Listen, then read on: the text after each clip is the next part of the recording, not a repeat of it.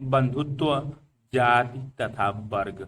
आरंभिक समाज लगभग 600 ईसा पूर्व से 600 ईस्वी तक। पिछले अध्याय में हमने पढ़ा कि लगभग 600 ईसा पूर्व से 600 ईस्वी तक के मध्य आर्थिक और राजनीतिक जीवन में अनेक परिवर्तन हुए। उनमें से कुछ परिवर्तनों ने समकालीन समाज पर अपना प्रभाव छोड़ा। उदाहरणतः वन क्षेत्रों में कृषि का विस्तार हुआ, जिससे वहां रहने वाले लोगों की जीवन शैली में परिवर्तन हुआ। शिल्प विशेषज्ञों के एक विशिष्ट सामाजिक समूह का उदय हुआ तथा संपत्ति के असमान वितरण ने सामाजिक विषमताओं को अधिक प्रखर बनाया। इतिहासकार इन सब प्रक्रियाओं को समझने के लिए प्रायः साहित्यिक परंपराओं का उपयोग करते हैं। कुछ ग्रंथ सामाजिक व्यवहार के मानदंड तय करते हैं, अन्य ग्रंथ समाज का चित्रण करते थे और कभी कभी समाज में मौजूद विभिन्न रिवाजों पर अपनी टिप्पणी भी प्रस्तुत करते थे। अभिलेखों से हमें समाज के कुछ ऐतिहासिक अभिनायकों की झलक मिलती है। हम देखेंगे कि प्रत्येक ग्रंथ और अभिलेख किसी समुदाय विशेष के दृष्टिकोण से लिखा जाता था, अतः यह याद रखना जरूरी हो जाता है कि ये ग्रंथ किसने लिखा, क्या लिखा गया है और किनके लिए इनकी रचना हुई। इस बात पर भी ध्यान देना जरूरी है कि इन ग्रंथों की रचना में किस भाषा का प्रयोग हुआ है तथा इनका प्रचार प्रसार किस तरह हुआ। यदि हम इन ग्रंथों का प्रयोग सावधानी से करें तो समाज में प्रचलित आचार व्यवहार और रिवाजों का इतिहास लिखा जा सकता है। उपमहाद्वीप के सबसे समृद्ध ग्रंथों में से एक महाभारत का विश्लेषण करते हुए हम अपना ध्यान एक ऐसे विशाल महाकाव्य पर केंद्रित कर रहे हैं जो अपने वर्तमान रूप में 1 लाख श्लोकों से अधिक है और विभिन्न सामाजिक श्रेणियों व परिस्थितियों का लेखा जोखा है। इस ग्रंथ की रचना 1000 वर्ष तक होती रही। लगभग 500 ईसा पूर्व से इसमें निहित कुछ कथाएं तो इस काल से पहले भी प्रचलित थीं। महाभारत की मुख्य कथा 2 परिवारों के बीच हुए युद्ध का चित्रण है। इस ग्रंथ के कुछ भाग विभिन्न सामाजिक समुदायों के आचार व्यवहार के मानदंड तय करते हैं। यदा कदा किंतु हमेशा नहीं, इस ग्रंथ के मुख्य पात्र इन सामाजिक मानदंडों के अनुसरण करते हुए दिखाई पड़ते हैं। मानदंडों का अनुसरण व उनकी अवहेलना क्या इंगित करती है। चित्र 3.1 में महाभारत का एक दृश्य मृणमयी मूर्तिकला पश्चिम बंगाल लगभग 17वीं शताब्दी का बनाया गया है। महाभारत का समालोचनात्मक संस्करण 1919 में प्रसिद्ध संस्कृत विद्वान B.S.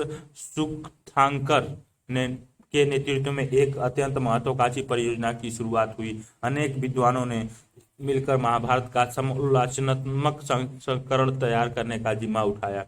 इससे जुड़े क्या क्या कार्य थे। आरंभ में देश के विभिन्न भागों से विभिन्न लिपियों में लिखी गई महाभारत की संस्कृत पांडुलिपियों को एकत्र किया गया। परियोजना पर कार्य करने वाले विद्वानों ने सभी पांडुलिपियों में पाए जाने वाले श्लोकों की तुलना करने का एक तरीका ढूंढ निकाला। अंततः उन्होंने उन श्लोकों का चयन किया जो लगभग सभी पांडुलिपियों में पाए गए थे और उनका प्रकाशन 13,000 पृष्ठों में फैले अनेक ग्रंथ खंडों में किया। इस परियोजना को पूरा करने में 47 वर्ष लगे। इस पूरी प्रक्रिया में 2 बातें विशेष रूप से उभर कर आई। पहली, संस्कृत के कई पाठों के अनेक अंशों में समानता थी।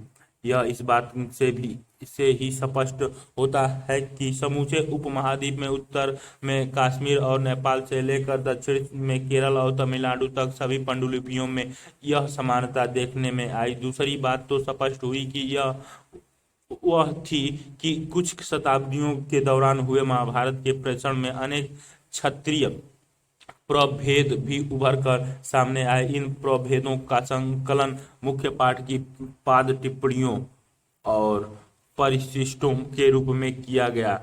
13,000 पृष्ठों में से आधे से भी अधिक इन प्रभेदों के ब्यौरा देते हैं। एक तरह से देखा जाए तो ये प्रभेद उन गूढ़ प्रक्रियाओं के अघोत हैं जिन्होंने प्रभावशाली परंपराओं और लचीले स्थानीय विचार और आचरण के बीच संवाद कायम करके सामाजिक इतिहासों को रूप दिया था। यह संवाद द्वंद्व और मतकय दोनों को ही चित्रित करते हैं। इस सभी प्रक्रियाओं के बारे में हमारी समझ मुख्यतः उन ग्रंथों पर आधारित है जो संस्कृति में ब्राह्मणों द्वारा उन्हीं के लिए लिखे गए। 19वीं और 20वीं शताब्दी में इतिहासकारों ने पहली बार सामाजिक इतिहास के मुद्दों का अनुशीलन करते समय इन ग्रंथों को सतही तौर पर समझा। उनका विश्वास था कि इन ग्रंथों में जो कुछ भी लिखा गया है वास्तव में उसी तरह से व्यवहार में लाया जाता होगा। कालांतर में विद्वान ने पाली, प्राकृतिक और तमिल ग्रंथों के माध्यम से अन्य परंपराओं का अध्ययन किया। इन अध्ययनों से यह स्पष्ट हुआ कि आदर्शमूलक सांस्कृतिक ग्रंथ आमतौर से आधिकारिक माने जाते थे, किंतु इन आदर्शों को प्रश्नवाचक दृष्टि से भी देखा जाता था और यदा कदा इनकी अवहेलना भी की जाती थी। जब हम इतिहासकारों द्वारा सामाजिक इतिहासों के पुनर्निर्माण की व्याख्या करते हैं तब हमें इस बात को ध्यान में रखना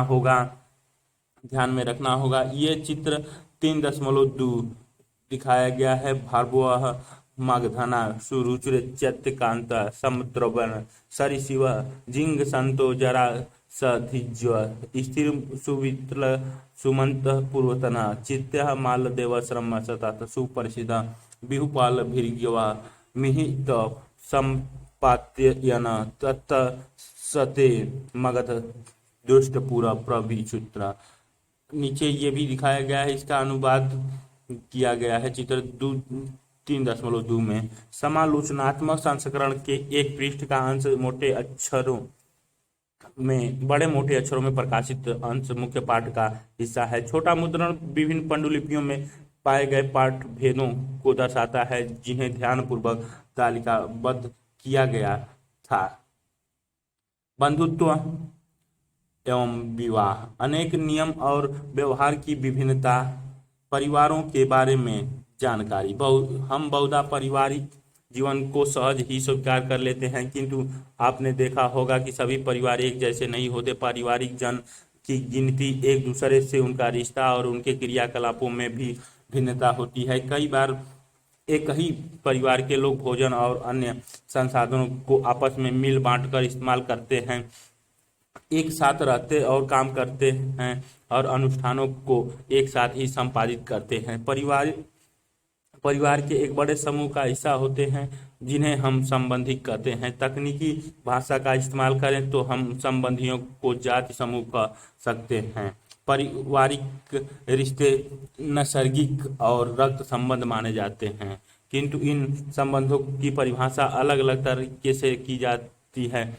कुछ समाजों में भाई बहन, चचेरे मौसेरे आदि से खूनों का रिश्ता माना जाता है, किंतु अन्य समाज ऐसा नहीं मानता।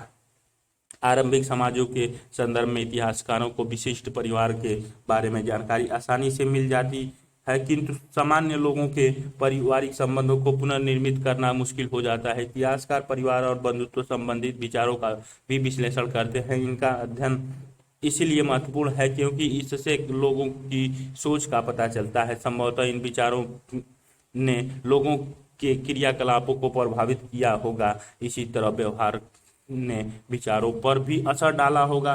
पितृवंशिकीय व्यवस्था के आदर्श, क्या हम उन बिंदुओं को निर्दिष्ट कर सकते हैं जब बंधुत्व के रिश्ते में परिवर्तन आया? एक स्तर पर महाभारत इसी की कहानी है। यह बांधवों के दो दलों कौरव और पांडव के बीच भूमि और सत्ता को लेकर हुए संघर्ष का चित्रण करती है। दोनों ही दल कुरु वंश से संबंधित थे, जिनका एक जनपद अध्याय 2 मानचित्र 1 पर शासन था। यह संघर्ष एक युद्ध में परिणित हुआ जिसमें पांडव विजयी हुए। इनके उपरांत पितृवंशिक उत्तराधिकारी की उद्घोषित किया गया। हालांकि पितृवंशिकता महाकाव्य की रचना से पहले भी मौजूद था।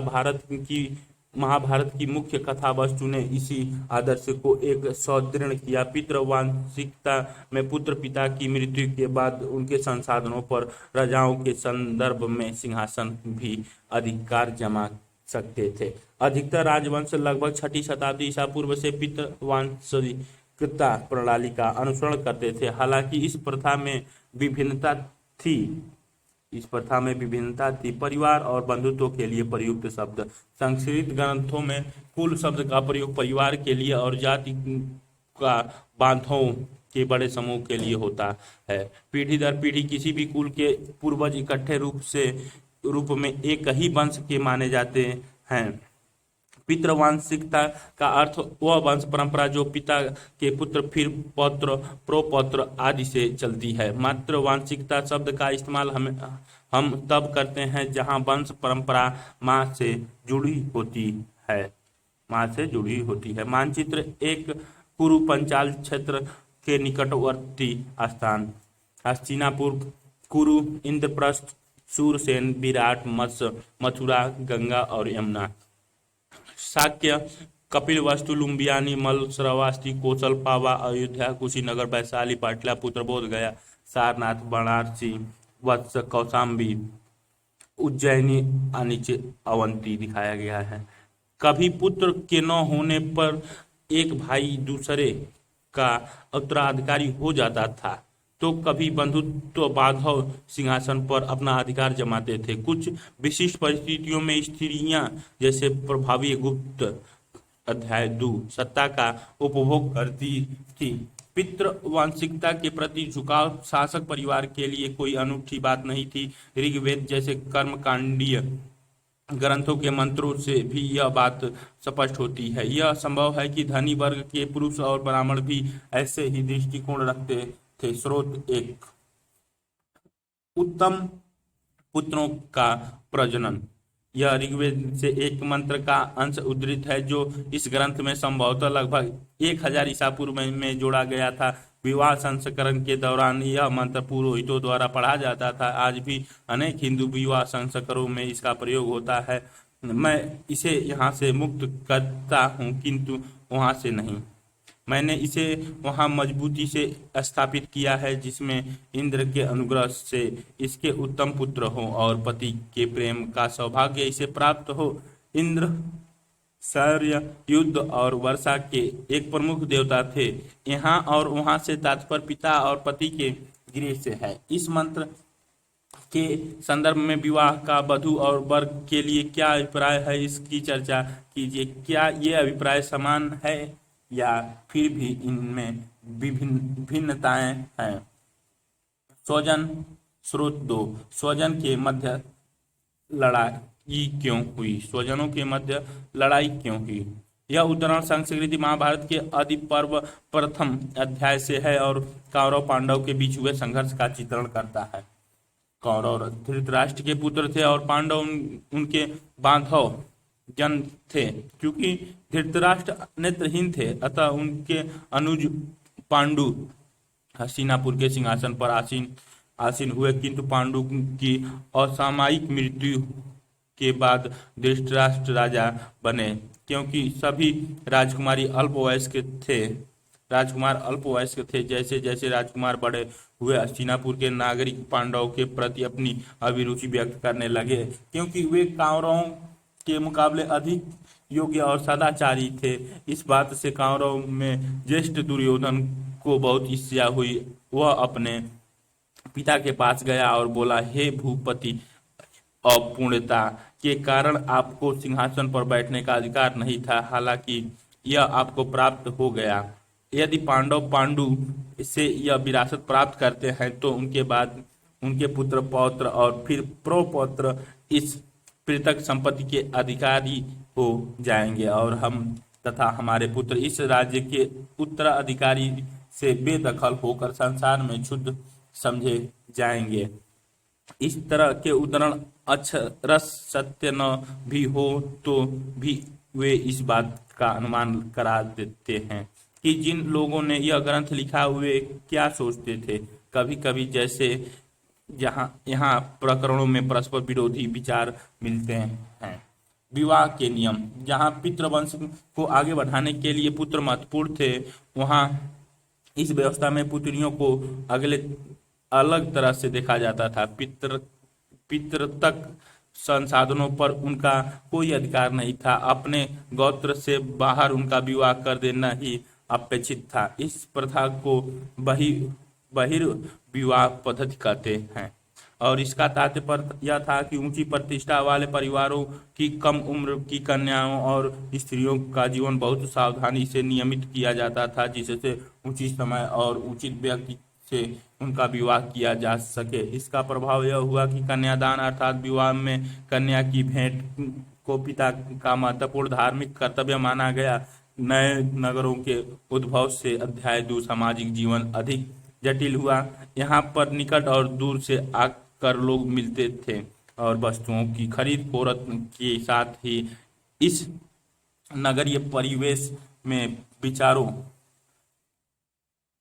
उद्धरण पढ़िए और उनने सारे मूल तत्वों की सूची तैयार कीजिए जिनका राजा बनने के लिए प्रस्ताव किया गया है। एक विशेष कुल में जन्म लेना कितना महत्वपूर्ण था, इनमें से कौन सा मूल तत्व सही लगता है? क्या ऐसा कोई तत्व है जो आपको अनुचित लगता है? विवाह के प्रकार।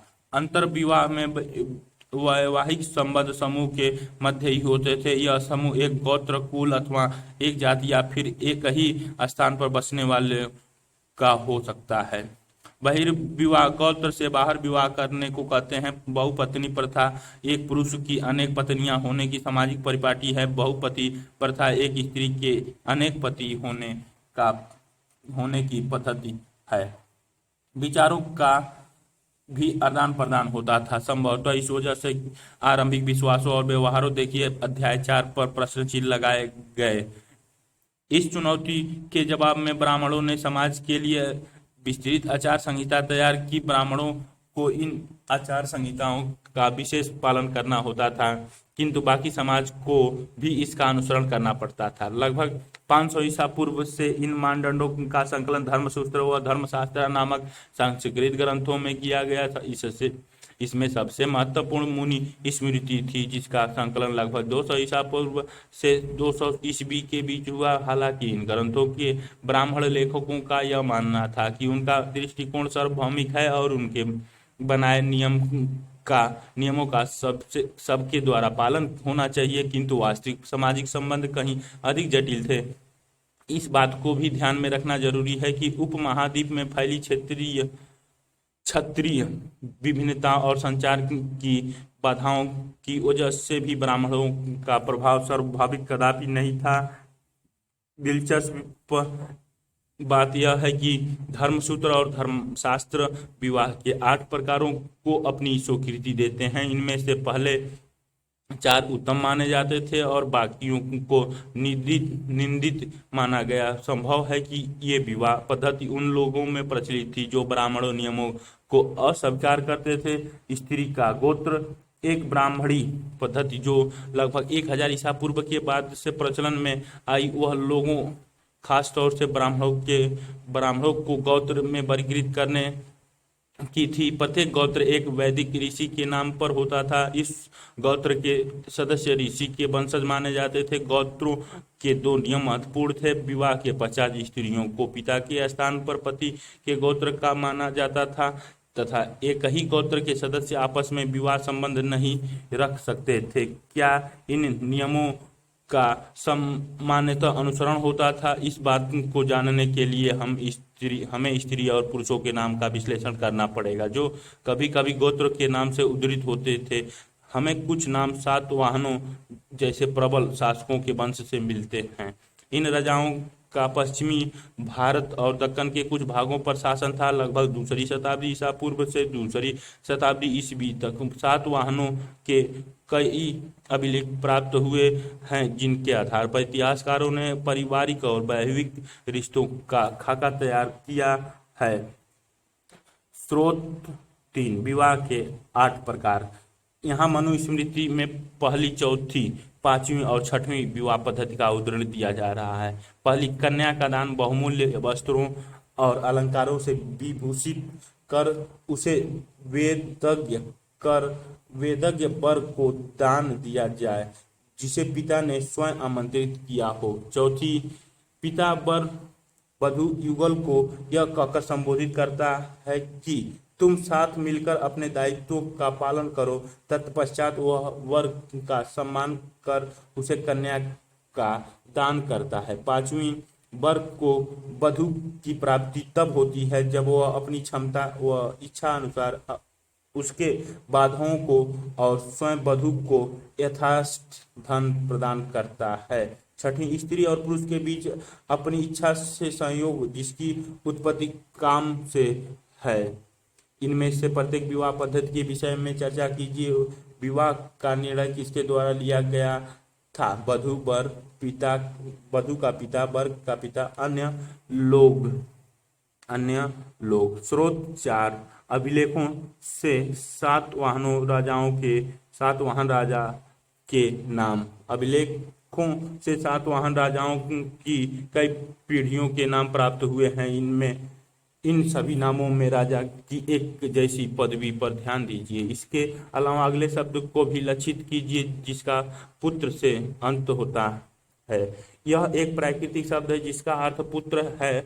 गौतमी पुत्र का अर्थ है गौतमी का पुत्र। गौतमी तथा वशिष्ठी स्त्रीवाची नाम हैं और गौतम और वशिष्ठ के ये दोनों वैदिक ऋषि थे जिनका नाम से गोत्र है। राजा गौतमी पुत्र श्री सतकनी, राजा वशिष्ठ पुत्र समी श्री पुलुमाई, राजा गोमती पुत्र समी श्री यन सतकनी, राजा माधिर पुत्र स्वामी सकसेन, राजा हरिति पुत्र चतरपन सतकनी, राजा हरिति पुत्र बनहुकद चतुकुलानंद सातकमनी, राजा गोमती पुत्र श्री विजय सातकनी। यहाँ कितने गोमती पुत्र तथा कितने वशिष्ठी वैकल्पिक वर्तनी वशिष्ठी पुत्र हैं? चित्र 3.7 एक सातवाहन राजा तथा उसकी पत्नी सातवाहन राजाओं की अलंकृत बौद्धा उन गुफाओं में भित्तियों पर उत्कीर्ण की जाती है जिन्हें बौद्ध भिक्षुक को दान में दिया जाता था। यह मूर्ति लगभग दूसरी शताब्दी ईसा पूर्व की है। उपनिषद में मातृ नाम। बृहदारण्यक उपनिषद में जो आरंभिक उपनिषदों में से एक है, देखिए अध्याय 4। आचार्यों और शिष्यों को उत्तरोत्तर पीढ़ियों की सूची मिलती है जिसमें से कई लोगों को उनकी मातृ नामों से निर्दिष्ट किया गया था। कुछ सातवाहन राजा बहुपत्नी प्रथा अर्थात एक से अधिक पत्नी को मानने वाले थे। सातवाहन राजाओं से विवाह करने वाली रानियों के नामों का विश्लेषण इस तथ्य की ओर इंगित करता है कि उनके नाम गौतम तथा वशिष्ठ गोत्र से अद्भुत थे जो उनके पिता के गोत्र थे। इससे प्रतीत होता है कि विवाह के बाद भी अपने पति कुल के गोत्र को ग्रहण करने की अपेक्षा जैसा ब्राह्मणीय व्यवस्था में अपेक्षित था, उन्होंने पिता का गोत्र नाम ही कायम रखा।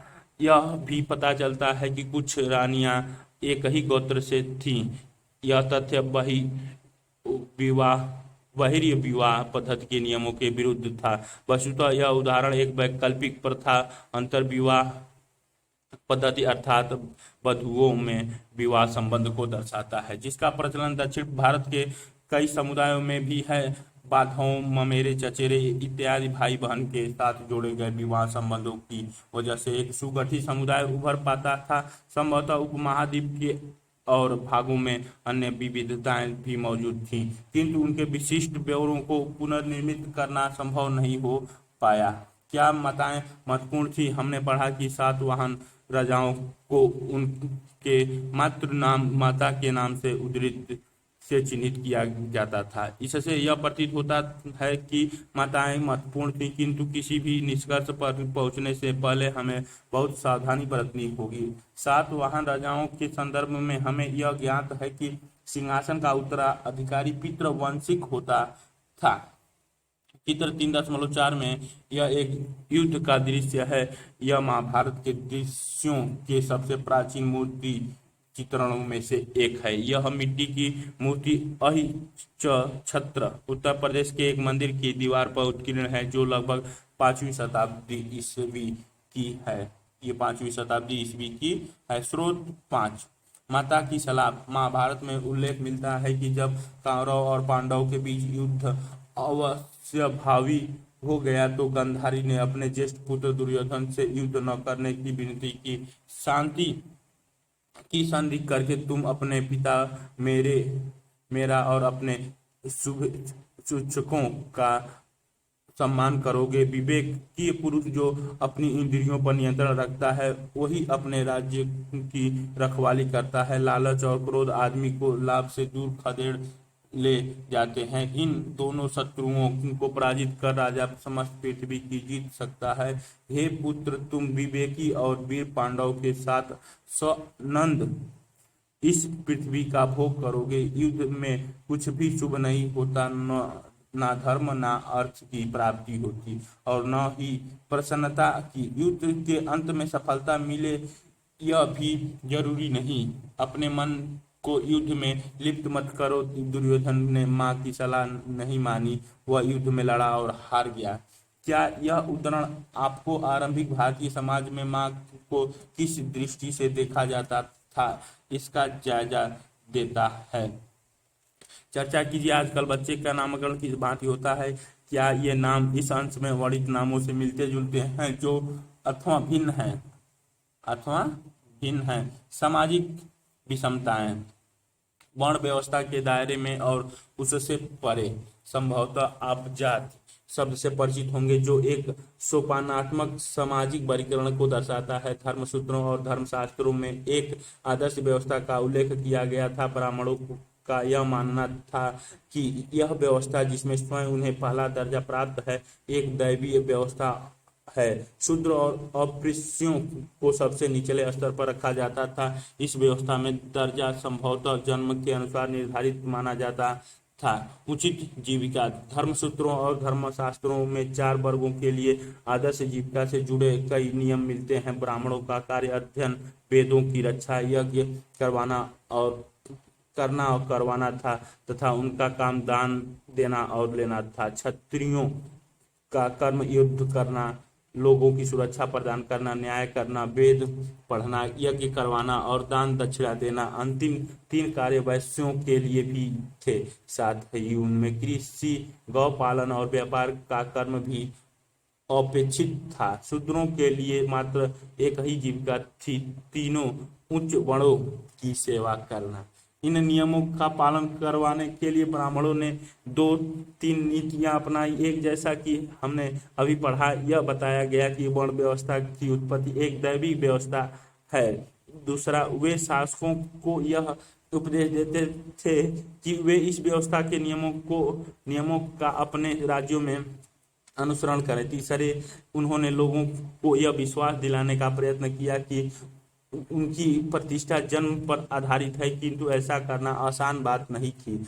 अतः इन मानदंडों को बहुधा महाभारत जैसे अनेक ग्रंथों में वर्णित कहानियों के द्वारा बल प्रदान किया जाता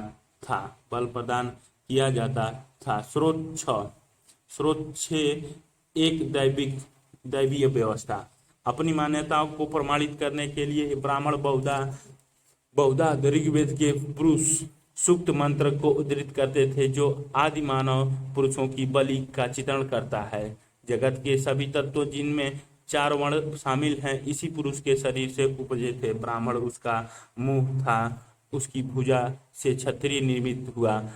वैश्य उसकी जांघ थी, उसके पैर से शूद्र की उत्पत्ति हुई। आपको क्या लगता है कि ब्राह्मण इस सूक्त को बहुधा क्यों उद्धृत करते थे। स्रोत 7, उचित सामाजिक कर्तव्य। महाभारत के आदि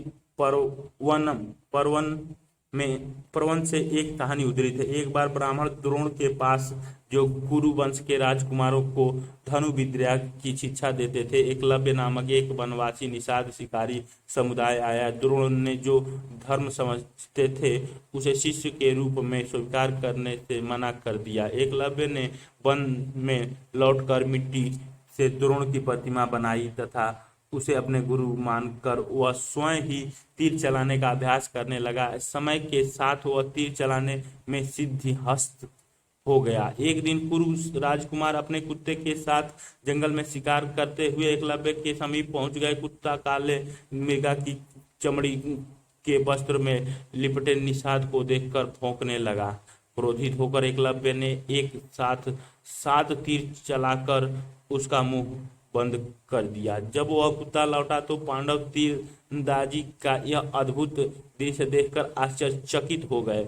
उन्होंने एकलव्य को तलाशा और उसने स्वयं को द्रोण का शिष्य बताया। द्रोण ने अपने प्रिय शिष्य अर्जुन से एक बार यह कहा था कि वह उनके सभी शिष्यों में अद्वितीय तीरंदाज बनेंगे।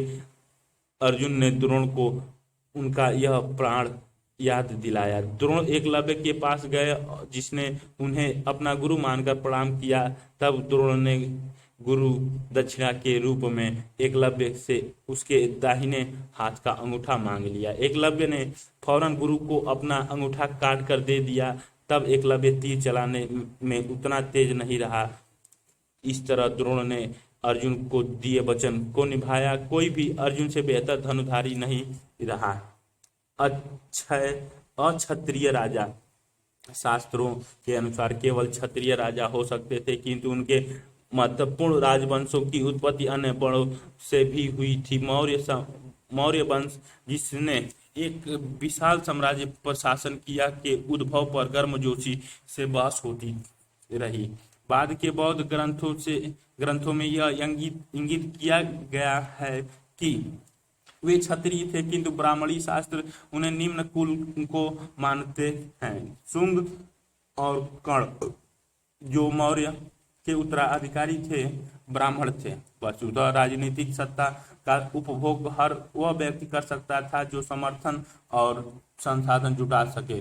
राजत्व क्षत्रिय कुल में जन्म लेने पर शायद ही निर्भर करता। अन्य शासकों को जैसे शक जो मध्य एशिया से भारत आए ब्राह्मण, मलेच्छ, बर्बर, अथवा अन्य देशीय मानते थे, किंतु संस्कृति के संभवतः ये कहानी निषाद द्वारा इस कहानी के द्वारा निषादों को कौन सा संदेश दिया जा रहा था? क्षत्रियों को इससे एक क्या संदेश मिला होगा? क्या आपको लगता है कि एक ब्राह्मण के रूप में द्रोण धर्मसूत्र का अनुसरण कर रहे थे जब वे धनुर्विद्या को शिक्षा दे रहे थे? आरंभिक अभिलेखों में से एक में प्रसिद्ध शक राजा रुद्र दामन लगभग दूसरी शताब्दी ईस्वी द्वारा सुदर्शन सरोवर के जनिद्वार अध्याय 2 में का वर्णन मिलता है। इससे यह ज्ञात होता है कि शक्तिशाली मलेच्छ संस्कृति परिपाटी से अवगत थे। एक और दिलचस्प बात यह है कि सातवाहन कुल के सबसे प्रसिद्ध शासक गौतमी पुत्र श्री सातकर्णी ने स्वयं को अनूठा ब्राह्मण और साथ ही क्षत्रियों के दर्प का हनन करने वाला बताया था। उसने यह भी दावा किया कि 4 वर्णों के साथ विवाह संबंध होने पर उसने रोक लगाई, किंतु फिर भी रुद्रदामन के परिवार से उसने विवाह संबंध स्थापित किए। जैसा आप इस उदाहरण में देख सकते हैं, जाति प्रथा के भीतर आत्मसात होना बहुधा एक जटिल सामाजिक प्रक्रिया थी। सातवाहन स्वयं को ब्राह्मण वर्ण का बताते थे, जबकि ब्राह्मणी शास्त्र के अनुसार राजा को क्षत्रिय होना चाहिए। वे चतुर्थवर्णी व्यवस्था की मर्यादा बनाए रखने का दावा करते थे, किंतु साथ ही उन लोगों से वैवाहिक संबंध भी स्थापित करते थे जो इस वर्ण व्यवस्था से ही बाहर थे, और जैसे हमने देखा वह अंतर विवाहिक पद्धति का पालन करते थे, न कि बहिरी विवाह प्रणाली का जो ब्राह्मणी ग्रंथों में प्रस्तावित है। जाति और सामाजिक गतिशीलता, ये जटिलताएं समाज के वर्गीकरण के लिए शास्त्रों में प्रयुक्त एक और शब्द जाति से भी स्पष्ट होती है। ब्राह्मणी सिद्धांत में वर्ण की तरह जाति भी जन्म पर आधारित थी, किंतु वर्ण जहाँ मात्र 4 थे वहीं जातियों की कोई निश्चित संख्या नहीं थी। वस्तुतः जहाँ कहीं भी ब्राह्मणी व्यवस्था का नए समुदायों से आमना सामना हुआ, उदाहरणतः जंगल में रहने वाले निषाद या फिर व्यावसायिक वर्ग जैसे सुवर्णकार जिन्हें 4 वर्णों वाली व्यवस्था में समाहित करना संभव नहीं था, उनका जाति में वर्गीकरण कर दिया गया। वे जातियां जो एक ही जीविका अथवा व्यवसाय से जुड़ी थीं, उन्हें कभी कभी श्रेणियों में भी संगठित किया जाता था। हालांकि इन समुदायों के इतिहास का लेखा जोखा हमें कम ही प्राप्त होता है, किंतु कुछ अपवाद हैं, जैसे कि मंदसौर मध्य प्रदेश से मिला अभिलेख लगभग 5वीं शताब्दी ईस्वी। इसमें रेशम के बुनकरों की एक श्रेणी का वर्णन मिलता है जो मूलतः लाट गुजरात प्रदेश के निवासी थे और वहां से मंदसौर चले गए थे, जिसे उस समय दसपुर के नाम से जाना जाता था। यह कठिन यात्रा उन्होंने अपने बच्चों और बातों, ये चित्र दिए गए हैं, चित्र में ये पहले और ये दूसरे वाले चित्र 3.5 शासक को चित्रित करता चांदी का सिक्का लगभग 4वीं शताब्दी ईस्वी का है। बाधों के साथ संपन्न की उन्होंने वहाँ के राजा को महानता के बारे में सुना था, अतः वे उसके राज्य में बसना चाहते थे। यह अभिलेख जटिल सामाजिक प्रक्रियाओं की झलक देता है तथा श्रेणियों के स्वरूप के विषय में अंतर्दृष्टि प्रदान करता है। हालांकि श्रेणी की सदस्यता शिल्प में विशेषज्ञता पर निर्भर थी। कुछ सदस्य अन्य जीविका भी अपना लेते थे। इस अभिलेख से यह भी ज्ञात होता है कि सदस्य एक व्यवसाय के अतिरिक्त और चीजों में भी सहभागी होते थे। सामूहिक रूप से उन्होंने शिल्प कर्म से अर्जित धन को सूर्य देवता के सम्मान में मंदिर बनवाने में खर्च किया। वणिकों की स्थिति, संस्कृत के ग्रंथ और अभिलेखों में व्यापारियों के लिए वणिक शब्द प्रयुक्त किया जाता है। हालांकि शास्त्रों में व्यापार को वैश्यों की जीविका बताया जाता है। अन्य स्रोतों में अधिक जटिल परिस्थिति देखने को मिलती है, जैसे शूद्रक के नाटक मृच्छकटिकम लगभग 4वीं शताब्दी ईस्वी में नायक चारुदत्त को ब्राह्मण वणिक बताया गया है। 5वीं शताब्दी ईस्वी के एक अभिलेख में 2 भाइयों को क्षत्रिय वणिक कहा गया है, जिन्होंने एक मंदिर के निर्माण के लिए धन दिया। क्या आपको लगता है कि रेशम के बुनकर उस जीविका का पालन कर रहे थे जो उनके लिए शास्त्र ने तय किया था? स्रोत 8, रेशम बुनकरों ने क्या किया? निम्नलिखित अंश संस्कृत के एक अभिलेख से उद्धृत है। कुछ लोगों को संगीत से अत्यंत प्रेम है जो कानों को प्रिय होता है। अन्य को गर्व है कि सैकड़ों उत्तम जीवनियों की रचयिता होने का। इस तरह वे अनेक कथाओं से परिचित है। अन्य विनीति भाव से उत्तम धार्मिक व्याख्यानों में तल्लीन है। कुछ लोग अपने धार्मिक अनुष्ठानों में श्रेष्ठ हैं। इसी तरह अपने पर निग्रह रखने वाले वैदिक खगोल शास्त्र से पारंगत हैं। अन्य जन युद्ध करने में शूरवीर शत्रुओं का अनिश्चित करते हैं। 4 वर्णों के परे एकीकरण, उपमहाद्वीप में पाई जाने वाली विविधताओं की वजह से यहाँ हमेशा से ऐसे समुदाय रहे जिन पर ब्राह्मणियों विचारों का प्रभाव नहीं पड़ा है। संस्कृति साहित्य में जब ऐसे समुदाय का उल्लेख आता है तो उन्हें कई बार विचित्र, असभ्य और पशुवत चित्रित किया जाता है।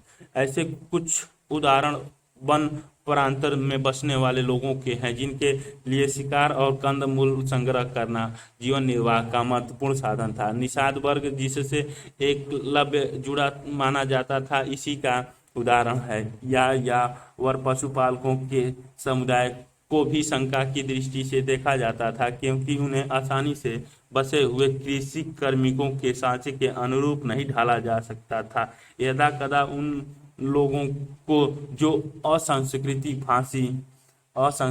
भाषी थे, उन्हें मलेच्छ कहकर हेय दृष्टि से देखा जाता था। किंतु इन लोगों के बीच विचारों और मतों का आदान प्रदान होता था। उनके संबंधों के स्वरूप के बारे में हमें महाभारत की कथाओं से ज्ञात होता है। स्रोत 9, बाघ दृश्यपति। यह सारांश महाभारत के आदि पर्वों से उद्धृत कहानी है। पांडव गहन वन में चले गए थे, थक कर वे सो गए। केवल द्वितीय पांडव भीम, जो अपने बल के लिए प्रसिद्ध थे, रखवाली करते रहे। एक नरभक्षी राक्षस को पांडव की मनुष्य गंध के विचलित किया और उसने अपनी बहन हिडिंबा को उन्हें पकड़ कर लाने के लिए भेजा। हिडिंबा भीम को देखकर मोहित हो गई और एक सुंदर स्त्री के भेष में उसने भीम से विवाह का प्रस्ताव किया, जिसे उन्होंने अस्वीकार कर दिया। इसी बीच राक्षस वहां आ गया और उसने भीम को मल्ल युद्ध के लिए ललकारा। भीम ने उसकी चुनौती को स्वीकार किया और उसका वध कर दिया। शोर सुनकर अन्य पांडव जाग गए। हिडिंबा ने उन्हें अपने परिचय दिया और भीम के प्रति अपने प्रेम से उन्हें अवगत कराया। वह कुंती से बोली, हे उत्तम देवी, मैंने मित्र बांधव और अपने धर्म का भी परित्याग कर दिया है और अपने बाघ सदृश पुत्र का अपने पति के रूप में चयन किया है। चाहे आप मुझे मूर्ख समझे अथवा अपनी समर्पित दासी, कृपया मुझे अपने साथ ले तथा आपका पुत्र मेरा पति हो। अंततः युधिष्ठिर इस शर्त पर इस विवाह के लिए तैयार हो गए कि भीम दिन भर हिडिंबा के साथ रहकर रात्रि में उनके पास आ जाएगा। यह दंपति दिन भर सभी लोगों की सैर करते। समय आने पर हिडिंबा ने एक राक्षस पुत्र को जन्म दिया, जिसका नाम घटोचक रखा। तत्पश्चात माँ और पुत्र पांडव को छोड़कर वन में चले गए, किंतु घटोचक ने यह प्रण किया कि जब भी पांडव को उसकी जरूरत होगी वह उपस्थित हो जाएगा। कुछ इतिहासकारों का यह मत है कि राक्षस उन लोगों को कहा जाता था जिनका आचार व्यवहार उन मानदंडों से भिन्न थे जिनका चित्रण ब्राह्मणी ग्रंथों में हुआ था। इस सारांश में उन व्यवहारों की निर्दिष्ट कीजिए जो अब्राह्मणी प्रतीत होते हैं। चार वर्णों के परे अधीनता और संघर्ष। ब्राह्मण कुछ लोगों को वर्ण व्यवस्था वाली सामाजिक प्रणाली के बाहर मानते थे। साथ ही उन्होंने समाज के कुछ वर्गों को अस्पृश्य घोषित कर सामाजिक वैषम्य को और अधिक प्रखर बनाया। ब्राह्मणों का यह मानना था कि कुछ कर्म, खास तौर से वे जो अनुष्ठानों के संपादन से जुड़े थे, पुनीत और पवित्र थे। अतः आपने अपने को पवित्र मानने वाले लोग अस्पृश्यों के भोजन नहीं स्वीकार करते थे। पवित्रता के इस पहलू के ठीक विपरीत कुछ कार्य ऐसे थे जिन्हें खास तौर से दूषित माना जाता था। शवों की अंत्येष्टि और मृत पशुओं को छूने वाले को चंडाल कहा जाता था। उन्हें वर्ण व्यवस्था वाले समाज में सबसे निम्न कोटि में रखा जाता था। वे लोग जो स्वयं को सामाजिक क्रम में सबसे ऊपर मानते थे, इन चंडालों का स्पर्श यहाँ तक कि उन्हें देखना भी अपवित्रकारी मानते थे। मनुस्मृति में चंडालों के कर्तव्यों की सूची मिलती है। उन्हें गांव के बाहर रखना होता था। वे फेंके हुए बर्तनों का इस्तेमाल करते थे, मरे हुए लोगों के वस्त्र तथा लोहे के आभूषण पहनते थे। रात्रि में वे गांवों और नगरों में चल फिर नहीं सकते थे। संबंधियों से विहीन मृतकों की उन्हें अंत्येष्टि करनी पड़ती थी तथा बधिक के रूप में भी कार्य करना होता था। चीन से आए बौद्ध भिक्षुक फाई-सी-एन लगभग 5वीं शताब्दी ईस्वी का कहना कि अस्पृश्यों को सड़क पर चलते हुए करताल बजाकर अपने होने की सूचना देनी पड़ती थी, जिससे अन्य जन उन्हें देखने के दोष से बच जाएं। एक और चीनी तीर्थयात्री स्वयं त्सांग लगभग 7वीं शताब्दी ईस्वी कहता है कि वधिक और सफाई करने वालों को नगर से बाहर रखना पड़ता था। अब्राह्मणी ग्रंथों में चित्रित चंडालों के जीवन का विश्लेषण करके इतिहासकारों ने यह जानने का प्रयास किया है कि क्या चंडालों ने शास्त्रों में निर्धारित अपने हीन जीवन को स्वीकार कर लिया था। यदा कदा इन ग्रंथों के चित्रण और ब्राह्मणी ग्रंथों में हुए चित्रण में समानता है, किंतु कभी कभी हमें एक भिन्न सामाजिक वास्तविकता का भी संकेत मिलता है। ये चित्र दिया गया है। चित्र 3.6 एक भिक्षुक का चित्रण पत्थर की मूर्ति कंधार लगभग 3री शताब्दी ईस्वी की है। ये चित्र 3री शताब्दी ईस्वी की है, दिखाई गई है। स्रोत 10 बोधिसत्व एक चंडाल के रूप में। एक चंडाल ने अपने को समाज की सबसे निचली श्रेणी में रखा है, जाने का प्रतिरोध किया। यह कहानी पढ़िए जो पाली में लिखी मातंग जातक से ली गई है। इस कथा में बोधिसत्व पूर्व पूर्व जन्म में बुद्ध एक चंडाल के रूप में चित्रित है। एक बार बोधिसत्व ने बनारस नगर के बाहर एक चंडाल के पुत्र के रूप में जन्म लिया। उनका नाम मोत्तांग था। एक दिन वे किसी कार्यवश नगर में गए और वहां उनकी मुलाकात दिथक मंगालिक नामक एक व्यापारी की पुत्री से हुई। उन्हें देखकर वह चिल्लाई, मैंने कुछ अशुभ देख लिया। यह कहकर उसने अपनी आंख धोई। उसके क्रोधित सेवकों ने मोत्तांग की पिटाई की। विरोध में मातांग व्यापारी के घर के दरवाजे के बाहर जाकर लेट गया। सातवें रोज घर के लोगों ने बाहर आकर दिथ्यक को उन्हें सौंप दिया। दिथ्यक उपवास से क्षीण हुए मोत्तांग को लेकर चंडाल बस्ती में आए। घर लौटने पर मोत्तांग ने संसार त्यागने का निर्णय लिया और लौकिक शक्ति हासिल करने के उपरांत वह बनारस लौटे और उन्होंने दिथक से विवाह कर लिया। मंडलव्य कुमार नामक उनका एक पुत्र हुआ। बड़े होने पर उसने 3 वेदों का अध्ययन किया तथा प्रत्येक दिन वह 16,000 ब्राह्मणों को भोजन कराता था। एक दिन फटे वस्त्र पहने तथा मिट्टी का भिक्षा पात्र हाथ में लिए मोत्तांग अपने पुत्र के दरवाजे पर आए और उन्होंने भोजन मांगा। मंडव्य ने कहा कि वे एक पतित आदमी प्रतीत होते हैं, अतः भिक्षा के योग्य नहीं है, भोजन ब्राह्मणों के लिए है। मोत्तांग ने उत्तर दिया, जिन्हें अपने जन्म पर गर्व है पर अज्ञानी हैं, वे भेंट के पात्र नहीं हैं। इसके विपरीत जो लोग दोषमुक्त हैं वे भेंट के योग्य हैं। मांडव्य ने क्रोधित होकर अपने सेवक से मोत्तांग को घर से बाहर निकालने को कहा। मोत्तांग आकाश में जाकर अदृश्य हो गए। जब दिथ्यक मांगलिक को इस प्रसंग के बारे में पता चला तो वह उनसे माफी मांगने के लिए उनके पीछे आई। मोत्तांग ने उससे कहा कि वह उनके भिक्षा पात्र में बचे हुए भोजन का कुछ अंश मांडव्य तथा ब्राह्मणों को दे दें।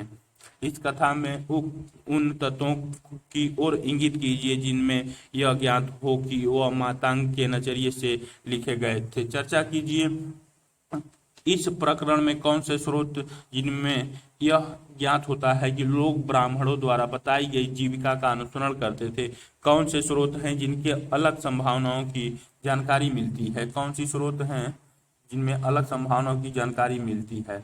चौथा, जन्म के परे संसाधन और प्रतिष्ठा। यदि आप अध्याय 2 में वर्णित आर्थिक संबंधों पर विचार करें तो देखेंगे कि दास, भूमिहीन, खेतिहर, मजदूर, शिकारी, मछुआरे, पशुपालक, किसान, ग्राम मुखिया, शिल्पकार, वाणिक और राजा सभी का उपमहाद्वीप के विभिन्न हिस्सों में सामाजिक अभिनायक के रूप में उद्भव हुआ। उनके सामाजिक स्थान इस बात पर निर्भर करते थे कि आर्थिक संसाधनों पर उनका कितना नियंत्रण है। अब हम विशेष संदर्भों में इस बात का परीक्षण करेंगे कि साधनों पर नियंत्रण के क्या सामाजिक आशय थे। संपत्ति पर स्त्री और पुरुष के भिन्न अधिकार। अब हम महाभारत के एक महत्वपूर्ण प्रकरण पर विचार करेंगे। केवल कौरव और पांडवों के बीच लंबे समय से चली आ रही प्रतिस्पर्धा के फलस्वरूप दुर्योधन ने युधिष्ठिर को दूत क्रीड़ा के लिए आमंत्रित किया। युधिष्ठिर अपने प्रतिद्वंदी द्वारा धोखा दिए जाने के कारण इस दूत में स्वर्ण हस्ती, रथ, दास, सेना, कोष, राज्य तथा अपनी प्रजा की संपत्ति, अनुजों और फिर स्वयं को भी दावा पर लगाकर गंवा बैठे। इसके उपरांत उन्होंने पांडव की सपत्नी द्रौपदी को भी दांव पर लगाया और उसे भी हार गए। संपत्ति के स्वामित्व के मुद्दे में जो इन कहानियों में वर्णित है, धर्मसूत्र और धर्मशास्त्रों में भी उठाए गए हैं। मनुस्मृति के अनुसार पैतृक जायदाद का माता पिता की मृत्यु के बाद भी सभी पुत्रों में समान रूप से बंटवारा किया जाना चाहिए, किंतु ज्येष्ठ पुत्र अपने विशेष भाग का अधिकारी था। स्त्रियां इस पौत्रक संसाधनों में हिस्सेदारी की मांग नहीं कर सकती थी, किंतु विवाह के समय मिले उपहारों पर स्त्रियों का स्वामित्व माना जाता था और इसे स्त्री धन अर्थात स्त्री का धन की संज्ञा दी जाती थी। इस संपत्ति को उनकी संतान विरासत के रूप में प्राप्त कर सकती थी और इस पर उनके पति का कोई अधिकार नहीं होता था। किंतु मनुस्मृति स्त्रियों को पति की आज्ञा के विरुद्ध पारिवारिक संपत्ति अथवा स्वयं अपने बहुमूल्य धन के गुप्त संचय के विरुद्ध भी चेतावनी देती हैं। आपने एक धनाढ़ व काटक महिषी प्रभावती गुप्त अध्याय 2 के बारे में पढ़ा है, किंतु अधिकतर साक्ष्य अभिलेखीय व साहित्यिक इस बात की ओर इशारा करते हैं कि यद्यपि उच्च वर्ग की महिलाएं संसाधनों पर अपनी पैठ रखती थी, सामान्यतः भूमि, पशु और धन पर पुरुषों का ही नियंत्रण था। दूसरे शब्दों में स्त्री और पुरुष के बीच सामाजिक हैसियत की भिन्नता, संसाधनों पर उनके नियंत्रण की भिन्नता की वजह से अधिक प्रखर हुई। स्रोत 11 द्रौपदी के प्रश्न। ऐसा माना जाता है कि द्रौपदी ने युधिष्ठिर से यह प्रश्न किया था कि वह उसे दांव पर लगाने से पहले स्वयं को हार बैठे थे अथवा नहीं। इस प्रश्न के उत्तर में 2 भिन्न मतों को प्रस्तुत किया गया। प्रथम तो यह कि यदि युधिष्ठिर ने स्वयं को हार जाने के पश्चात द्रौपदी को दांव पर लगाया तो यह अनुचित नहीं, क्योंकि पत्नी पर पति का नियंत्रण सदैव रहता है। दूसरा यह कि एक दासत्व स्वीकार करने वाला पुरुष जैसे उस क्षण युधिष्ठिर थे, किसी और के दांव पर नहीं लगा सकता। इन मुद्दों का कोई निष्कर्ष नहीं निकला और अंततः धृतराष्ट्र ने सभी पांडवों और द्रौपदी को उनकी निजी स्वतंत्रता पुनः लौटा दी, क्योंकि आपको ऐसा लगता है कि यह प्रकरण इस बात की ओर इंगित करता है कि पत्नियों को पतियों की निजी संपत्ति माना जाए, पत्नियों को पति का निजी संपत्ति माना जाए। स्रोत 12 स्त्री और पुरुष किस प्रकार संपत्ति अर्जित कर सकते थे। पुरुषों के लिए मनुस्मृति कहती है कि धन अर्जित करने के 7 तरीके हैं: विरासत, खोज, खरीद, विजित करके, निवेश कार्य द्वारा तथा सज्जनों द्वारा की गई भेंट को स्वीकार करके। स्त्रियों के लिए संपत्ति अर्जन के 6 तरीके हैं: वैवाहिक अग्नि के सामने तथा वधुगमन के समय मिली भेंट, स्नेह के प्रतीक के रूप में तथा माता से, भ्राता से और पिता द्वारा दिए गए उपहार। इसके अतिरिक्त परिवर्ती काल में मिले भेंट तथा वह सब कुछ जो अनुरागी पति से उसे प्राप्त हो। स्त्री और पुरुष किस प्रकार धन प्राप्त कर सकते थे, इसकी तुलना कीजिए व अंतर भी स्पष्ट कीजिए। वर्ण और संपत्ति के अधिकार। ब्राह्मणी ग्रंथों के अनुसार संपत्ति का अधिकार का एक और आधार लैंगिक आधार के अतिरिक्त वर्ण था, जैसा हमने पहले पढ़ा है कि शूद्रों के लिए एकमात्र जीविका ऐसी सेवा थी जिसमें हमेशा उनकी इच्छा शामिल नहीं होती थी। हालांकि 3 उच्च वर्णों के पुरुषों के लिए विभिन्न जीविकाओं की संभावना रहती थी। यदि इन सब विधानों को वास्तव में कार्यान्वित किया जाता तो ब्राह्मण और क्षत्रिय सबसे धनी व्यक्ति होते थे। यह तथ्य कुछ हद तक सामाजिक वास्तविकता से मेल खाता था। साहित्यिक परंपरा में पुरोहितों और राजाओं का वर्णन मिलता है, जिसमें राजा अधिकतर धनी चित्रित होते थे। पुरोहित भी सामान्यतः धनी दर्शाए जाते थे। हालांकि यदा कदा निर्धन ब्राह्मणों का भी चित्रण मिलता है। एक और स्तर पर जहां समाज के ब्राह्मणी दृष्टिकोण का धर्मसूत्र और धर्मशास्त्र में संहिता बंद किया जा रहा था, अन्य परंपराओं ने वर्ण व्यवस्था की आलोचना प्रस्तुत की। इनमें से सर्वविदित आलोचनाएं प्रारंभिक बौद्ध धर्म में लगभग 6ठी शताब्दी ईसा पूर्व से अध्याय 4 विकसित हुई। बौद्धों ने इस बात को अंगीकार किया कि समाज में विषमता मौजूद थी, किंतु यह भेद न तो नैसर्गिक थी और न ही अस्थायी। बौद्धों ने जन्म के आधार पर सामाजिक प्रतिष्ठा को अस्वीकार किया। एक धनाढ़ सूत्र। स्रोत 13 यह कहानी पाली भाषा के बौद्ध ग्रंथ मज्क्धिम निकाय से है, जो एक राजा अवंती पुत्र और बुद्ध के अनुयायी कच्चन के बीच हुए संवाद का हिस्सा है। यद्यपि यह कहानी अक्षरश सत्य नहीं थी, तथापि यह बौद्धों के वर्ण संबंधित रवैयों की दर्शाती है। अवंतीपुत्र ने कच्चन से पूछा कि ब्राह्मणों के इस मत के बारे में उनकी क्या राय है कि वे सर्वश्रेष्ठ हैं और अन्य जातियां निम्न कोटि की हैं। ब्राह्मण का वर्ण शुभ है और अन्य जातियां काली हैं। केवल ब्राह्मण पवित्र हैं, अन्य नहीं। ब्राह्मण ब्रह्मा के पुत्र हैं, ब्रह्मा के मुख से जन्मे हैं, उनसे ही रचित हैं तथा ब्रह्मा के वंशज हैं। कच्चन ने उत्तर दिया, यदि शूद्र धनी होता, दूसरा शूद्र अथवा क्षत्रिय या फिर ब्राह्मण अथवा वैश्य तुझसे विनती स्वर में बात करता।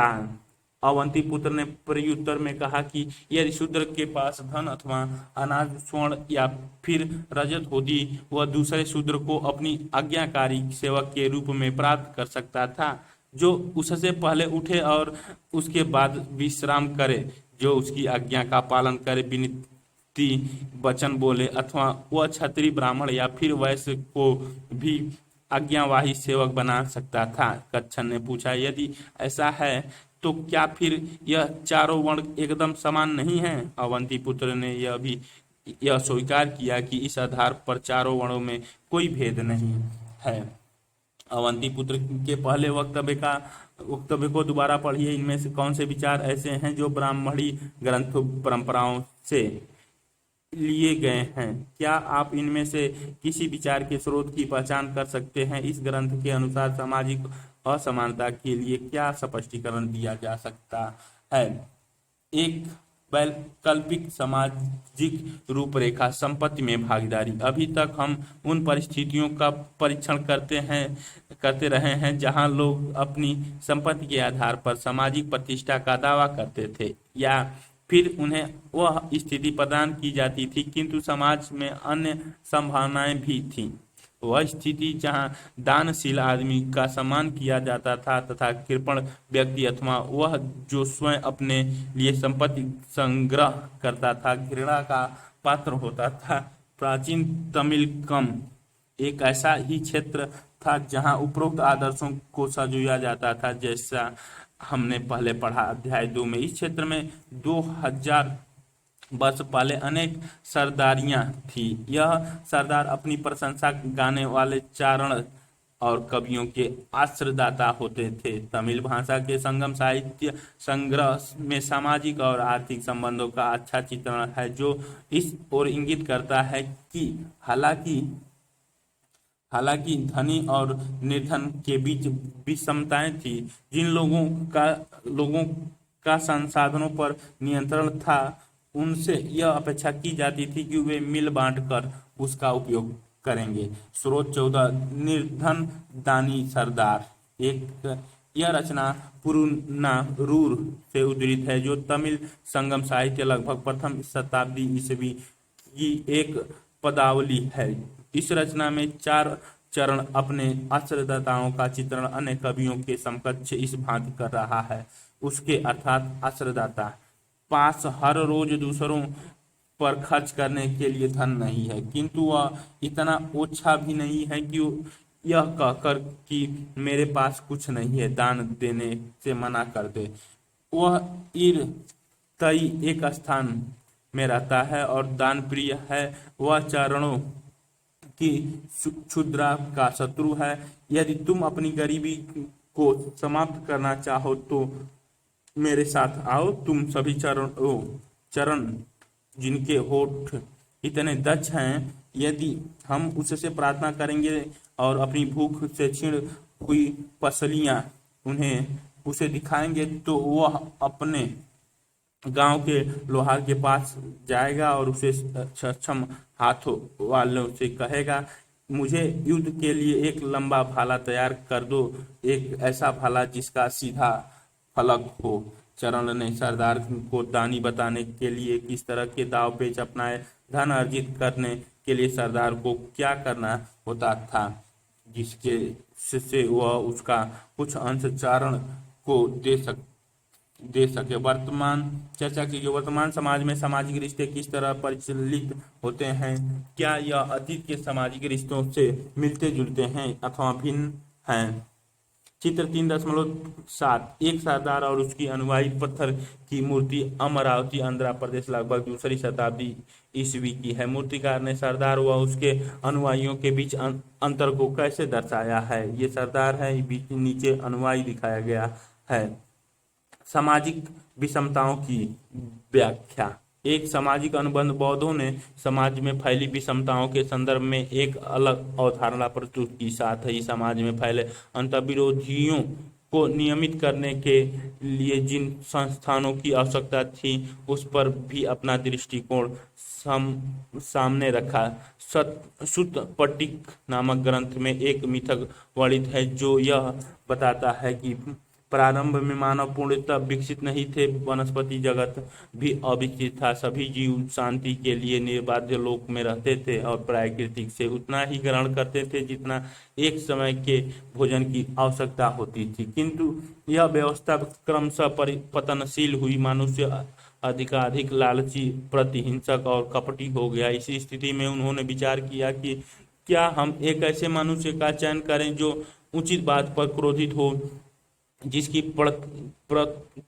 प्रताड़ना की जानी चाहिए, उसकी प्रताड़ित करें और जिसे निष्कासित किया जाना है उसे निष्कासित करें। बदले में हमें उस चावल का अंश देंगे जब सब लोगों द्वारा चुने जाने के कारण उसे महासम्मत की उपाधि प्राप्त होगी। इससे यह ज्ञात होता है कि राजा का पद लोगों द्वारा चुने जाने पर निर्भर करता था। कर वह मूल्य था जो लोग राजा की इस सेवा के बदले उसे देते थे। यह मिथक इस बात को भी दर्शाता है कि आर्थिक और सामाजिक संबंधों को बनाने में मानवीय कर्म का बड़ा हाथ था।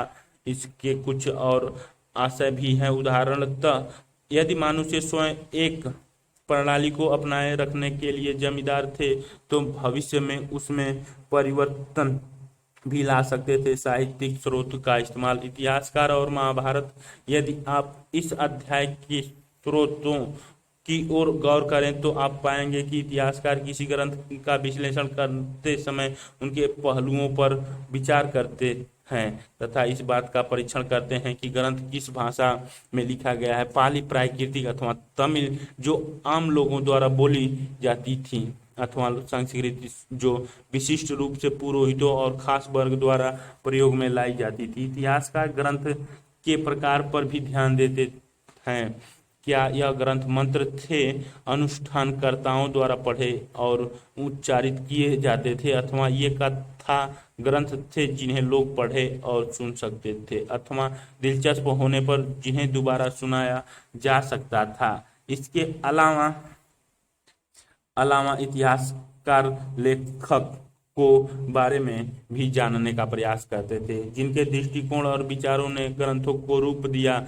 इन ग्रंथों के श्रोताओं का भी इतिहासकार परीक्षण करते थे, क्योंकि लेखकों ने अपनी रचना करते समय श्रोताओं की अभिरुचि पर ध्यान दिया होगा। इतिहासकार ग्रंथों के संभावित संकलन, आवलिक रचना काल और उसकी रचना भूमि का भी विश्लेषण करते थे। इन सब मुद्दों की जायजा लेने के बाद ही इतिहासकार किसी भी ग्रंथ की विषय वस्तु का इतिहास के पुनर्निर्माण के लिए इस्तेमाल करते थे। महाभारत जैसे विशाल और जटिल ग्रंथ के संदर्भ में आप कल्पना कर सकते हैं कि यह कार्य कितना कठिन होगा। भाषा एवं विषय वस्तु।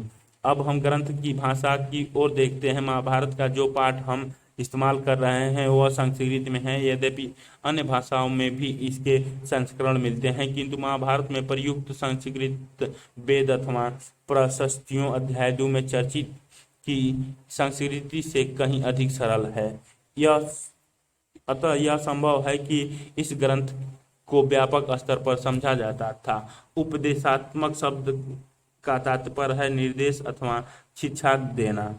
अतः इतिहासकार इस ग्रंथ की विषय वस्तु को दो मुख्य शीर्षक आख्यान तथा उपदेशात्मक के अंतर्गत रखते हैं।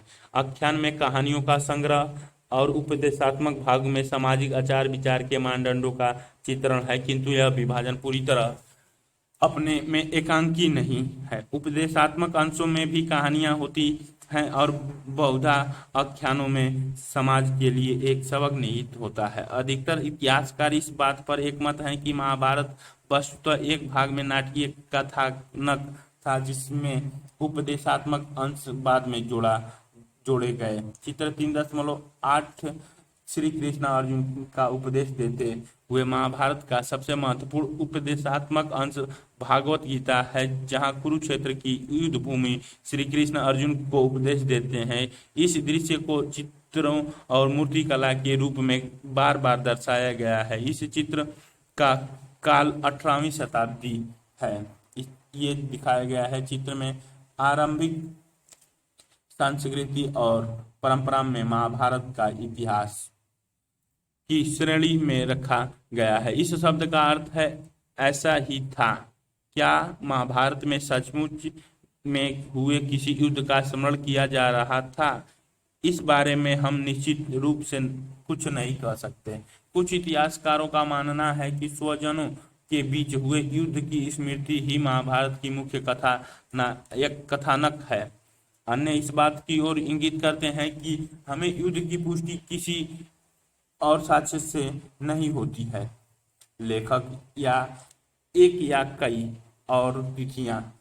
यह ग्रंथ किसने लिखा, इस प्रश्न के कई उत्तर हैं। संभवतः मूल कथाओं के रचयिता भाट सारथी थे, जिन्हें सूत कहा जाता था। ये क्षत्रिय योद्धाओं के साथ कुरु युद्ध क्षेत्र में जाते थे और उनकी विजयी व उपलब्धियों के बारे में कविताएं लिखते थे। इन रचनाओं का प्रेषण मौखिक रूप से हुआ 5वीं शताब्दी ईसा पूर्व से। ब्राह्मणों ने इस कथा परंपरा पर अपना अधिकार कर लिया और इसे लिखा। यह वह काल था जब कुरु और पंचाल, जिनके इर्द गिर्द महाभारत की कथा घूमती है, मात्र सरदारी से राजतंत्र के रूप में उभर रहे थे। क्या नए राजा अपने इतिहास को अधिक। ये चित्र 3.9 लिपिक श्री गणेश परंपरा अनुसार व्यास ने इस ग्रंथ को श्री गणेश को लिखवाया। यह चित्र महाभारत का फारसी अनुवाद है, लगभग 1740 से 50 से लिया गया है। यह चित्र दिखाया गया है। नियमित रूप से लिखना चाहते थे। यह संभव है कि नए राज्यों का स्थापना के समय होने वाली उथल पुथल के कारण पुराने सामाजिक मूल्यों के स्थान पर नवीन मानदंडों की स्थापना हुई, जिनका इस कहानी के कुछ भागों में वर्णन मिलता है। लगभग 200 ईसा पूर्व से 200 ईस्वी के बीच हम इस ग्रंथ के रचना काल का एक और चरण देखते हैं। यह वह समय था जब विष्णु देवता की आराधना प्रभावी हो रही थी तथा श्री कृष्ण को, जो इस महाकाव्य के महत्वपूर्ण नायकों में से हैं, उन्हें विष्णु का रूप बताया जा रहा था। कालांतर में लगभग 200 से 400 ईस्वी के बीच मनुस्मृति से मिलते जुलते बृहत उपदेशात्मक प्रकरण महाभारत में जोड़े गए। इन सब परिवर्धनों के कारण यह ग्रंथ, जो अपने प्रारंभिक रूप में संभवतः 10,000 श्लोकों से भी कम रहा होगा, बढ़कर 1,00,000 श्लोकों वाला हो गया। इतिहासकार परंपरा में इस बृहद रचना के रचयिता ऋषि व्यास माने जाते हैं। सदृशता की खोज। महाभारत में अन्य किसी भी प्रमुख महाकाव्य की भांति युद्धों, वनों, राजमहलों और बस्तियों की अत्यंत जीवंत चित्रण है। 1951 से 52 में पुरातत्ववेत्ता बी लाल ने मेरठ जिले उत्तर प्रदेश के हस्तिनापुर नामक एक गांव में उत्खनन किया। क्या यह गांव महाकाव्य में वर्णित हस्तिनापुर था? हालांकि नामों की समानता मात्र एक संयोग हो सकता है, किंतु गंगा के ऊपरी दोआब वाले क्षेत्रों में इस पुरा स्थल का होना, जहां कुरुक्षेत्र राज्य भी स्थित था, इस ओर इंगित करता है कि यह पुरा स्थल कुरुओं की राजधानी हस्तिनापुर हो सकती थी, जिसका उल्लेख महाभारत में आता है। बीबी लाल को यहाँ आबादी के 5 स्तरों के साक्ष्य मिले थे, जिनमें से दूसरा और तीसरा स्तर हमारे विश्लेषण के लिए महत्वपूर्ण है। दूसरे स्तर लगभग 12वीं से 7वीं इस शताब्दी ईसा पूर्व पर मिलने वाले घरों के बारे में लाल कहते हैं। जिस सीमित क्षेत्र का उत्खनन हुआ वहां से आवास गृह की कोई निश्चित परियोजना नहीं मिलती, किंतु मिट्टी की बनी दीवारें और कच्ची मिट्टी की ईंटें अवश्य मिलती हैं। सरकंडे की छाप वाली मिट्टियों के पल स्तर की खोज इस बात की ओर इशारा करती है कि कुछ घरों की दीवार सरकंडे की बनी थी, जिन पर मिट्टी का पल स्तर चढ़ा दिया जाता था। तीसरे स्तर लगभग छठी से तीसरी शताब्दी ईसा पूर्व के लिए लाल कहते हैं। तृतीय काल के घर कच्ची और कुछ पक्की ईंटों के बने हुए थे। इनमें शोषक घट और ईंटों के नाले गंदे पानी के निकास के लिए इस्तेमाल किए जाते थे तथा वलय कूपों का इस्तेमाल कुओं और मलों की निकासी वाले गर्तों दोनों ही रूपों में किया जाता था। क्या नगर का चित्रण महाकाव्य के मुख्य कथानायक में बाद में ईसा पूर्व छठी शताब्दी के पश्चात जोड़ दिया गया, जब इस क्षेत्र में नगरों का विकास हुआ, अथवा यह मात्र कवियों की कल्पना की उड़ान थी जिससे अन्य किसी भी साक्ष्य के साथ तुलना करने उसे प्रमाणित किया जा सके।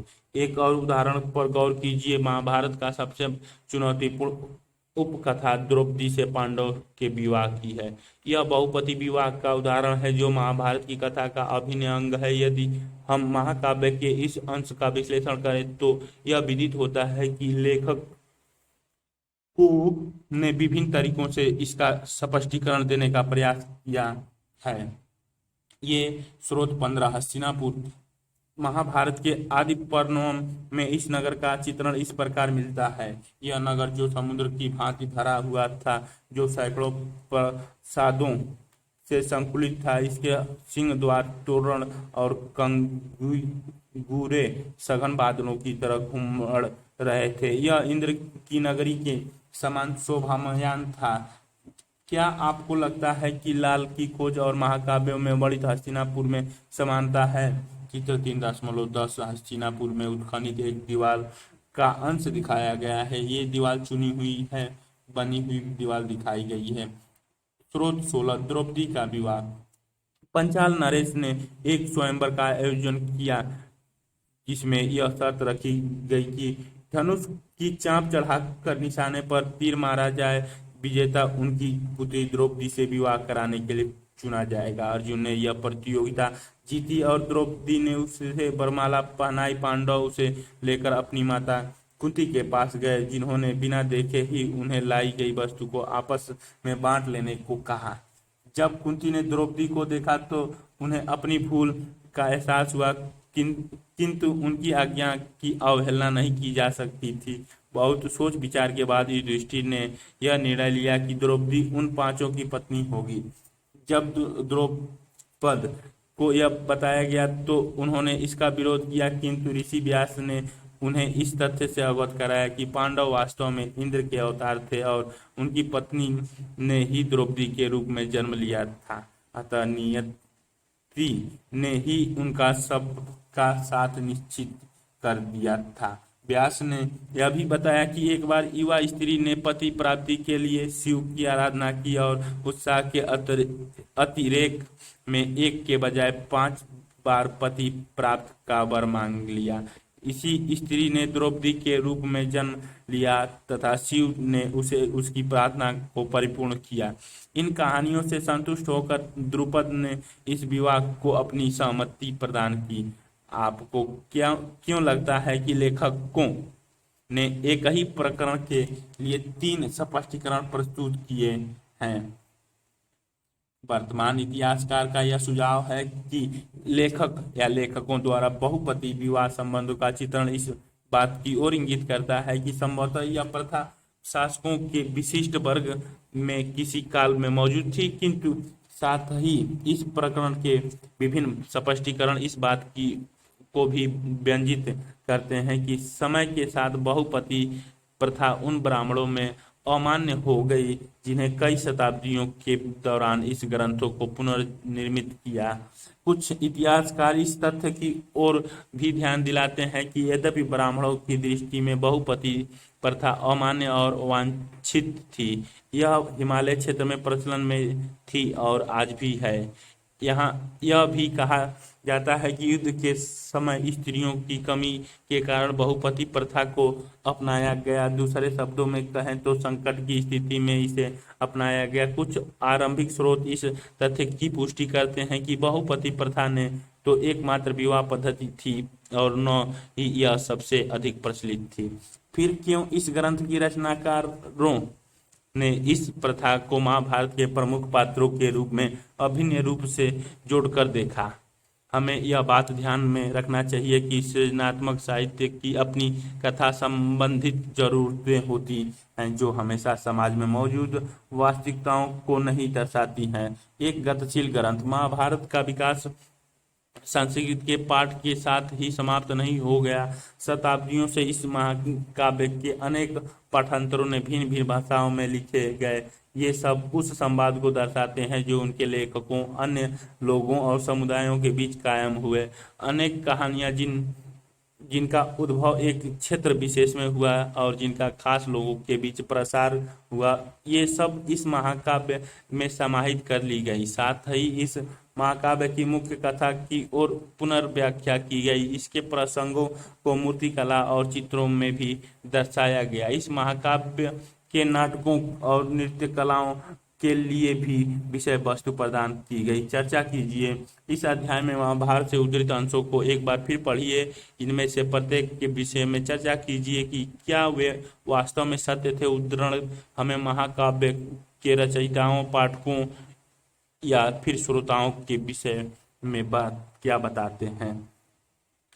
इस महाकाव्य की पुनर्व्याख्या में मुख्य कथा वस्तु को बहुत ही सृजनात्मक ढंग से प्रस्तुत किया गया है। हमें ऐसे ही एक उदाहरण का उल्लेख करते हैं। महाभारत के एक प्रसंग का रूपांतरण समसामयिक बंगाल लेखिका महाश्वेता देवी ने किया है, जो शोषण के विरुद्ध अपनी आवाज उठाने के लिए प्रसिद्ध है। इस उदाहरण में उन्होंने महाभारत की मुख्य कथा वस्तु के लिए अन्य विकल्प खोजे हैं और उन प्रश्नों की ओर ध्यान खींचा है जिन पर संस्कृत पाठ्य पूर्णक मुख है। संस्कृत पाठ में दुर्योधन द्वारा पांडव को छल से लाक्षागृह में जलाकर मार देने का उल्लेख आता है, किंतु पहले से मिली चेतावनी के कारण पांडव उस गृह में सुरंग खोद कर भाग निकलते हैं। उस समय कुंती एक भोज का आयोजन करती है जिससे ब्राह्मण आमंत्रित होते हैं, किंतु एक निषाद भी अपने 5 पुत्रों के साथ उसमें आती है। खा पीकर वे गहरी नींद में सो जाते हैं और पांडव द्वारा लगाई गई आग में वे उसी लाक्षागृह में भस्म हो जाते हैं। जब उस निषाद और उसके पुत्र के जले 100 मिलते हैं तो लोग यह सोचते हैं कि पांडव की मृत्यु हो गई। अपनी लघु कथा जिसका शीर्षक कुंती ओ निषाद है, महाश्वेता देवी ने कथानायक का प्रारंभ वहां से किया है जहां महाभारत के इस प्रसंग का अंत होता है। उन्होंने अपनी कहानी का संयोजन एक वन प्रांतर में किया है जहां महाभारत के युद्ध के बाद कुंती रहने लगती है। कुंती के पास अब अपने अतीत के विषय में सोचने का समय है। पृथ्वी जो प्रकृति की प्रतीक है उससे बातें करते हुए वह अपनी त्रुटियों को अंगीकार करती है। प्रतिदिन वह निषादों को देखती है जो वन में लकड़ी, शहद, कंदमूल आदि एकत्रित करने आते हैं। एक निषादी बहुधा कुंती को पृथ्वी से बात करते हुए सुनती है। एक दिन वातावरण में कुछ था। जानवर जंगल छोड़कर भाग रहे थे। कुंती ने देखा कि निषादी उन्हें ताक रही है। जब उसने यह पूछा कि क्या उन्हें लाक्षागृह की याद है तो कुंती सबकपा गई। उन्हें याद था कि क्या उन्हें एक वृद्धा निषादी और उसके 5 पुत्र याद थे और इसकी स्मृति थी कि कुंती ने उन्हें मदिरा पिलाई थी, इतनी कि वे सब बेसुध हो गए थे, जबकि वह स्वयं अपने पुत्रों के संग बचाकर निकल गई थी। कुंती ने पूछा कि क्या तुम वह निषादी हो? उसने उत्तर दिया कि मरी हुई निषादी उसकी सास थी। साथ ही वह बोली कि वह अपने अतीत पर विचार करते समय तुम्हें एक बार भी उन्हें छह निर्दोष लोगों की याद नहीं आई जिन्हें प्राणों से हाथ धोना पड़ा, क्योंकि तुम अपनी और अपने पुत्रों की जान बचाना चाहती थी। जिस समय वे दोनों बातें कर रही थी, आगे की लपट करीब आ रही थी। निषादी तो अपने प्राण बचाकर निकल गई, किंतु कुंती जहाँ खड़ी थी रह गई वहीं रह गई। काल रेखा एक 500 ईसा पूर्व में पाणिनीय की अष्टधाई संस्कृति व्याकरण, 500 से 200 ईसा पूर्व में प्रमुख धर्मसूत्र संस्कृति में, लगभग 500 से 100 ईसा पूर्व में आरंभिक बौद्ध ग्रंथ त्रिपिटक सहित पाली में, लगभग 500 से 400 500 ईस्वी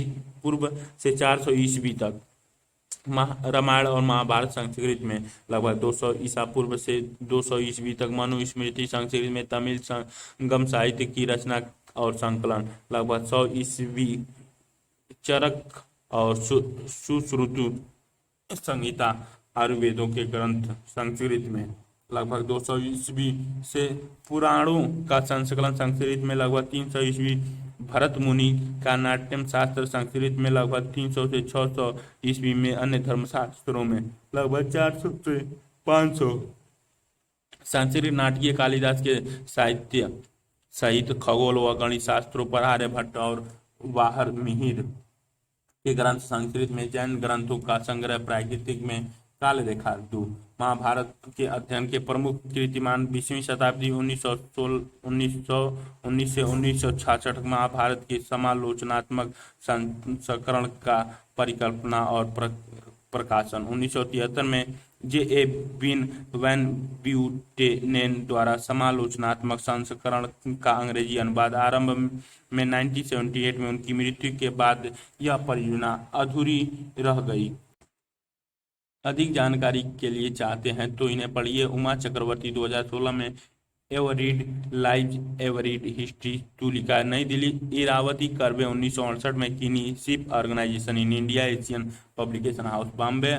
RS. Sharma 1983 perspective in social and economical history of early India Munshi Ram Manohar Lal Nai Delhi. BS. Sudhakar 1957 on the meaning of the Mahabharata Asiatic Society of Bombay Bombay. Romila Thapar 2000 में culture past essays in early India history Oxford university press of new Delhi. अधिक जानकारी के लिए आप website पे http bombay